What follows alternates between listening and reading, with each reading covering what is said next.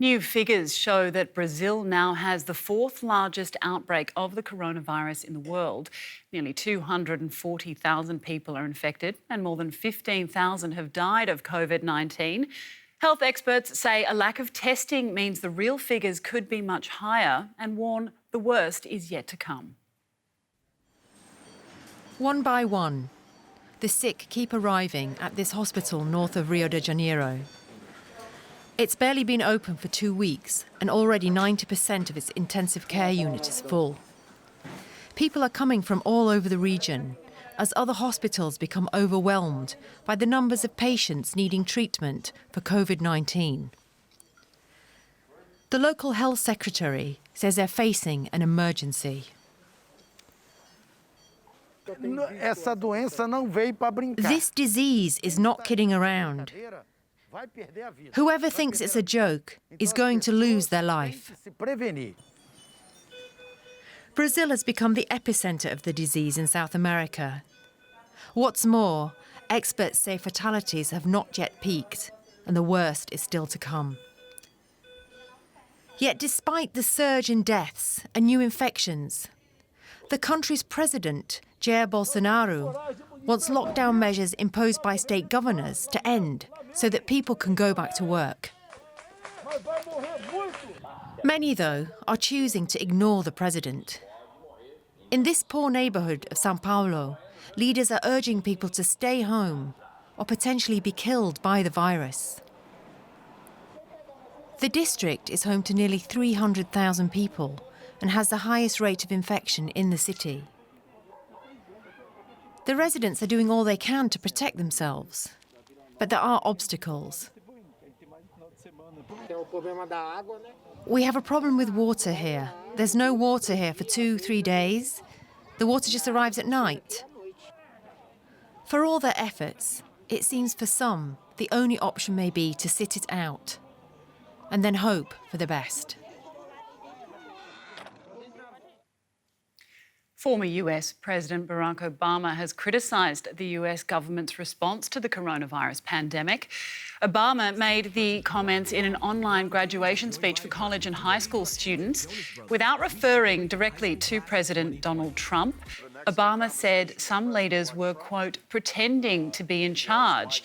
His rebuke breaks with a convention that former presidents refrain from criticising their successors. Do what you think is right. Doing what feels good, what's convenient, what's easy, that's how little kids think. Unfortunately, a lot of so-called grown-ups, including some with fancy titles and important jobs, still think that way, which is why things are so screwed up. Let's have a look now at some of the latest developments in the coronavirus pandemic.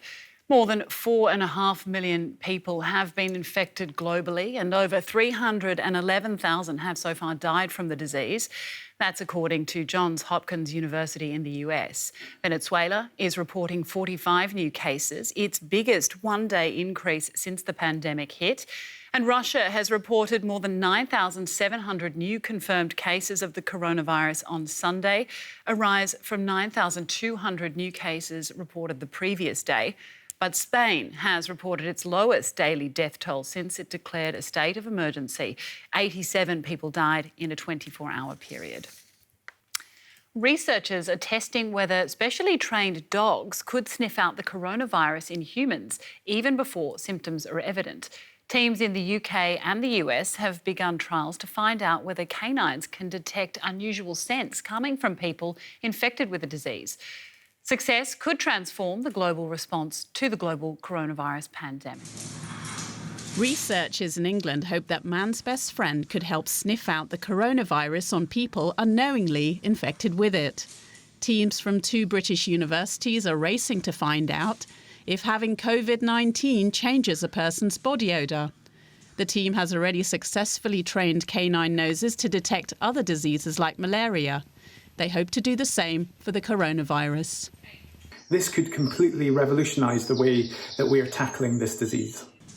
As part of this controlled experiment, the dog sniffs out fabric samples worn by coronavirus patients and from people who are not carrying it.